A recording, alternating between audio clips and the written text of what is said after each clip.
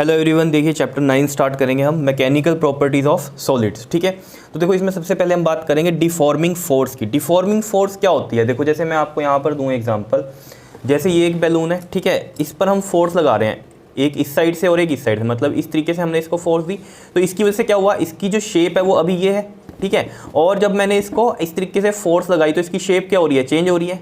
तो वो फोर्स जिसको करने से क्या हो रहा है, यहाँ पर इसकी शेप और साइज में क्या हो रहा है, चेंज हो रहा है, that is called the deforming force. जैसे अगर हम इसमें बात करें इस बैलून में, तो इसमें जो डिफॉर्मिंग फोर्स लग रही है वो कैसे लगाई मैंने, एक इस साइड से और एक इस साइड से, इस तरीके से। क्लियर है? अब जैसे हम इसमें दूसरा एग्जांपल लें, अगर जैसे ये एक रबर बैंड है, ठीक है, ये रबर है, क्लियर। अब इस पर भी मैं क्या कर रहा हूँ, देखो डिफॉर्मिंग फोर्स लगाऊंगा, कैसे, आउटसाइड में, इस तरीके से, तो इसकी क्या हो गई, शेप और साइज क्या हो गया, इसका चेंज नहीं हो गया, बताओ। क्लियर है इतनी बात? तो डिफॉर्मिंग फोर्स वो होती है जिसको लगाने से क्या होता है, ऑब्जेक्ट का शेप और साइज क्या होती है, चेंज होती है। जैसे कि इसका शेप और साइज अब ये हो गया, डिफॉर्मिंग फोर्स लगाई हुई है, तो ठीक है। तो इसमें किस तरीके से लगी डिफॉर्मिंग फोर्स, जैसे ये रबड़ था हमारे पास, ठीक है, तो इसमें डिफॉर्मिंग फोर्स इस तरीके से लगाई है, एक इस साइड और एक इस साइड। क्लियर है इतनी बात? तो यही लिखा हुआ है, a force which changes the size और shape of a body is called a deforming force. Clear है? बात करते हैं नेक्स्ट, इलास्टिसिटी। इलास्टिसिटी क्या होती है? देखो इलास्टिसिटी का मतलब क्या है कि जैसे मैंने इस बैलून में क्या किया था, डिफॉर्मिंग फोर्स लगाई थी जिससे इसकी शेप और साइज क्या हो रही थी, चेंज हो रही थी, ठीक है। अब डिफॉर्मिंग फोर्स अगर मैं रिमूव कर दूं, ये रिमूव की मैंने डिफॉर्मिंग फोर्स, तो ये अपनी ओरिजिनल शेप और साइज में आ गया, ठीक है। तो ये क्या है, इलास्टिक है। ये मटेरियल कैसा है, इलास्टिक है।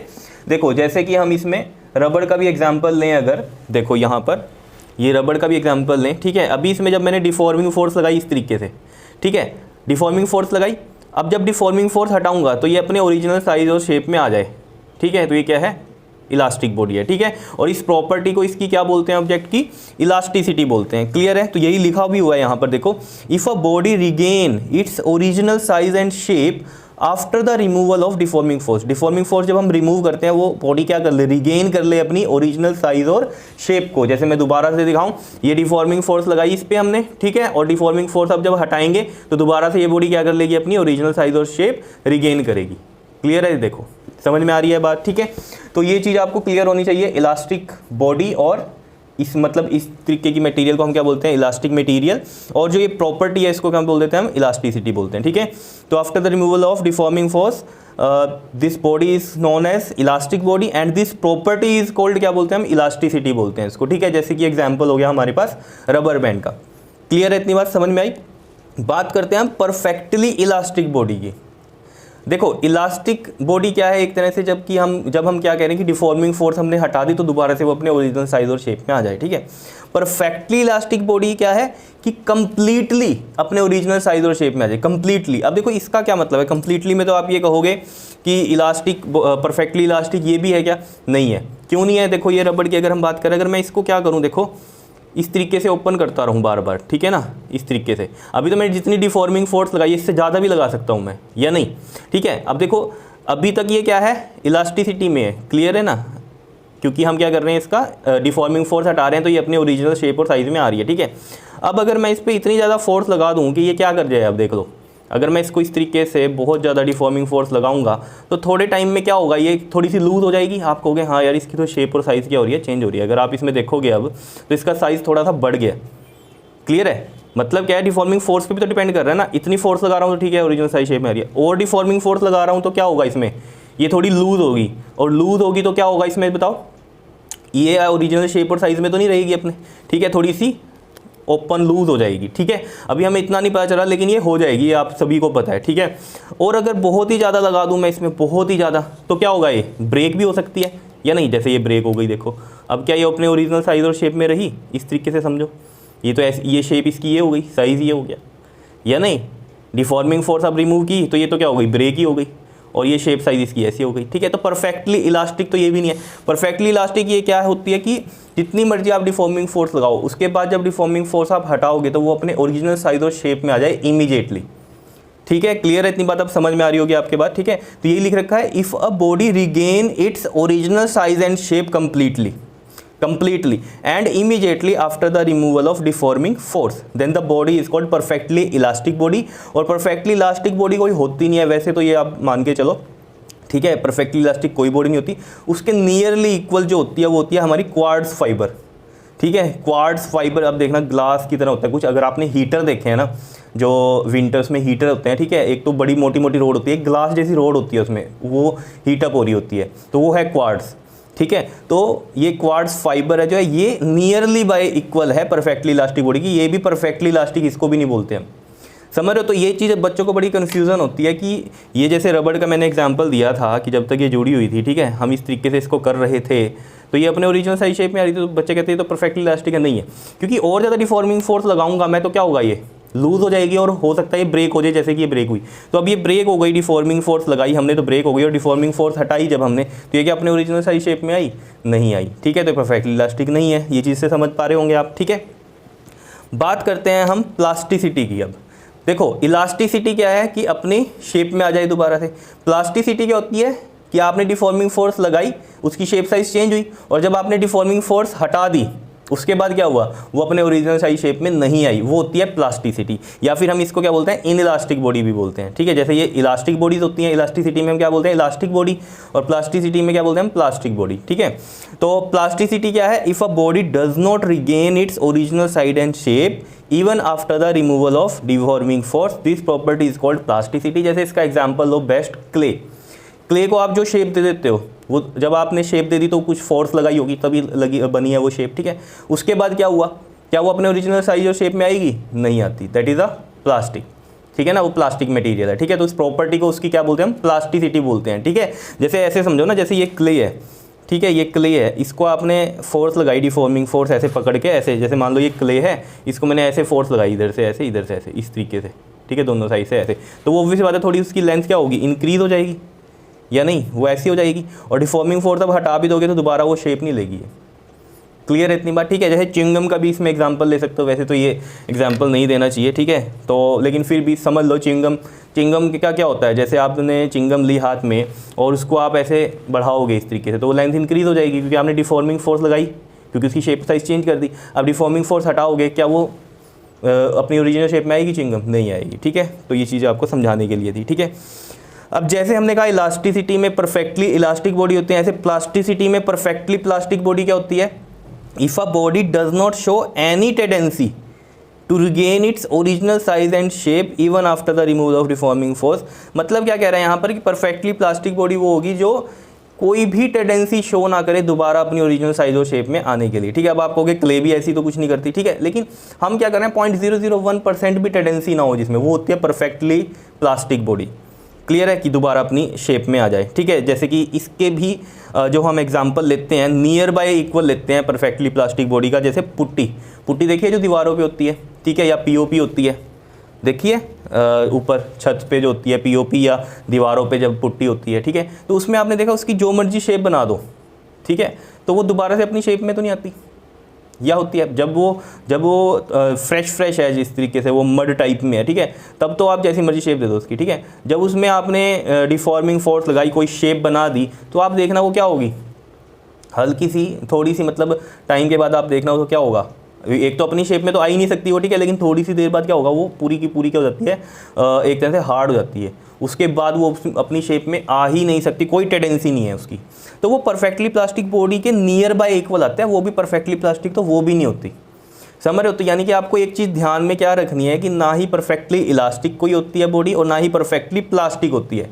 इन दोनों के बीच में जो है ना मटेरियल जो है लाई करता है। जैसे एग्जांपल लेते हैं इस रबड़ का ही, ठीक है, जैसे अभी हमने कहा कि इसमें इलास्टिसिटी है, बिकॉज ये ऐसे हम इसको क्या कर रहे हैं, डिफॉर्म कर रहे हैं, और ये फिर दोबारा से अपनी ओरिजिनल साइज़ और शेप में आ रही है। अगर मैं मान लो इसकी ओरिजिनल साइज़ शेप ये मान रहा हूँ रबड़ की, ठीक है। अब क्या है, अगर मैं इसमें डिफॉर्मिंग फोर्स बहुत ज़्यादा लगा दूँ, बहुत ज़्यादा लगाते लगाते क्या हो जाएगी, ये इस तरीके से और ज़्यादा मैं लगा रहा हूँ तो ये क्या हो जाएगी, देखो दिख रही है अगर आपको, तो बहुत ज़्यादा डिफॉर्मिंग फोर्स लगा दो और आप इसमें, तो ये क्या हो जाएगी, यहाँ से ब्रेक हो जाएगी, देखो ब्रेक हो गई या नहीं, ये अलग हो गई, ये अलग हो गई, तो ये अपने ओरिजिनल साइज़ में और शेप में तो नहीं आ सकती अब, तो ये प्लास्टिक भी हो गई या नहीं। तो मतलब प्लास्टिसिटी की रेंज और इलास्टिसिटी की रेंज एक ही मटेरियल में आ सकती है, डिपेंड कर रहा है उसमें डिफॉर्मिंग फोर्स कितने लगा रहा है। अभी डिफॉर्मिंग फोर्स लगाई, ओरिजिनल शेप साइज़ में आ गई, इलास्टिक में आ रही है। अब मैंने इतनी डिफॉर्मिंग फोर्स लगा दी कि वो ब्रेक ही हो गई, ठीक है। और प्लास्टिक सिटी में हम क्या बोल सकते हैं कि इतनी फोर्स लगा दो कि उससे क्या हो, वो अपनी ओरिजिनल साइज और शेप में आए ही ना, ठीक है। तो वो प्लास्टिसिटी में आ गया। अब जैसे हमने इतनी लगा दी होती है, एक्स्ट्रा ही लगा दी कि ये ब्रेक ही हो गई, ठीक है, तो ब्रेकिंग पॉइंट वाली कहानी आती है। लेकिन फिर भी इससे समझने की कोशिश करो कि प्लास्टिसिटी इलास्टिसिटी लाई कर रही है एक ही मटेरियल में, समझ रहे हो, वो डिपेंड करता है कितनी डिफॉर्मिंग फोर्स उसमें लगाई जा रही है, ठीक है। यहाँ पर समझने के लिए था कि इलास्टिसिटी में रबर बैंड का एग्जांपल दे दिया, प्लास्टिसिटी में हमने क्ले का एग्जांपल दे दिया, समझने के लिए है। वैसे आप कोई मटेरियल लो, उसमें प्लास्टिसिटी की भी कुछ होगी और इलास्टिसिटी की भी कुछ होगी कहानी, ठीक है ना। कोई मटेरियल इलास्टिक कितना है, प्लास्टिक कितना है, जिसमें प्लास्टिसिटी कम होगी, ठीक है। ये मान लो इसको मैं ये कर रहा हूँ, ठीक है, तो ये अपने ओरिजिनल साइज और शेप में क्या हो रही है, आ रही है, लेकिन उतनी नहीं आ रही, ठीक है ना। तो इसमें प्लास्टिसिटी है, कम है। अब इतनी करी मैंने, अब डिफॉर्मिंग फोर्स लगानी छोड़ दी इसमें, तो ये इतनी ही रह गई, तो ये परफेक्टली प्लास्टिक में रेंज में आ जाती है, ठीक है। जैसे कि हमने पुट्टी का एग्जाम्पल लिया।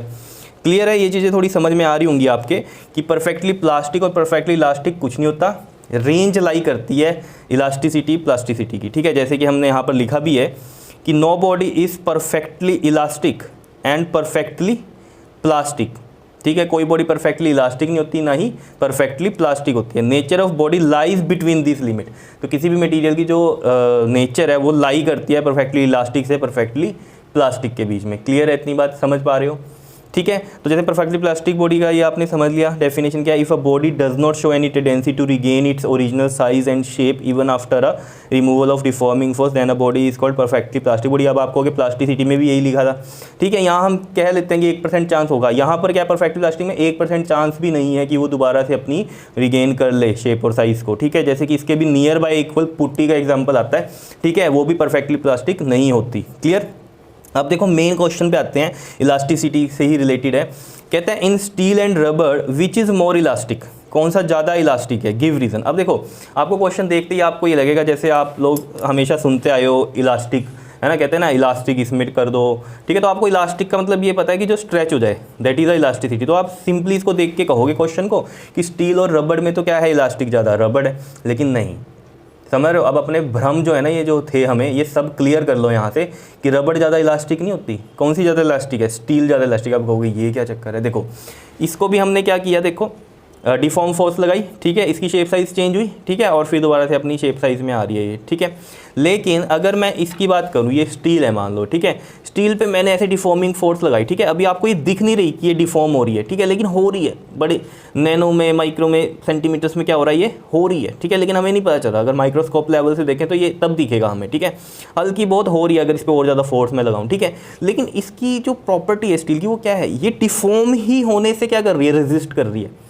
तो इलास्टिसिटी एक्चुअल में क्या है, जो अपोजिशन करे अपनी इसको, मतलब कि इसको चेंज को, शेप और साइज़ के चेंज को अपने रेजिस्ट करे, अपोजिशन करे उसकी, वो ज़्यादा इलास्टिक है। तो ये तो डिफॉर्म होने में ही क्या, देख लो अब आपको वैसे तो पता नहीं चला, माइक्रोस्कोपिक लेवल से पता चलेगा कि हाँ इसमें थोड़ा बहुत कुछ चेंज हो रहा है, ठीक है, ऐसे हमने किया और फिर ये अपनी ओरिजिनल शेप में। लेकिन इसमें क्या हो रहा था, रबड़ में जब हमने इसको किया तो ये तो आसानी से ओरिजिनल अपने शेप और साइज़ से क्या हो रही है, चेंज हो रही है, ठीक है ना। ओरिजिनल वाले से ये देखो डिफॉर्म किया और ये चेंज हो गई इसकी शेप साइज, तो इसने तो इतना रेजिस्ट किया ही नहीं, समझ रहे हो, अपोजिशन अपनी चेंज को। तो ये क्या है, लेस इलास्टिक है, समझ रहे हो। अब ये फंडा बस क्लियर रखना, स्टील क्यों ज़्यादा इलास्टिक है, क्योंकि ये डिफॉर्म ही नहीं होना चाहता, रेजिस्ट कर रहा है बहुत ज़्यादा अपनी डिफॉर्मेशन को। हो तो इसमें भी रहा है, जैसे रिजिड बॉडी है ये एक तरह से, ठीक है। अब आप कहोगे रिजिड बॉडी, तो सर आपने बताया था कि जिसमें एटम्स का जो डिस्टेंस होता है, जैसे मान लो ये एक रिजिड बॉडी है, एक एटम यहाँ एक एटम, इनका जो डिस्टेंस है वो चेंज ही नहीं होता रिजिड बॉडीज़ में, ठीक है।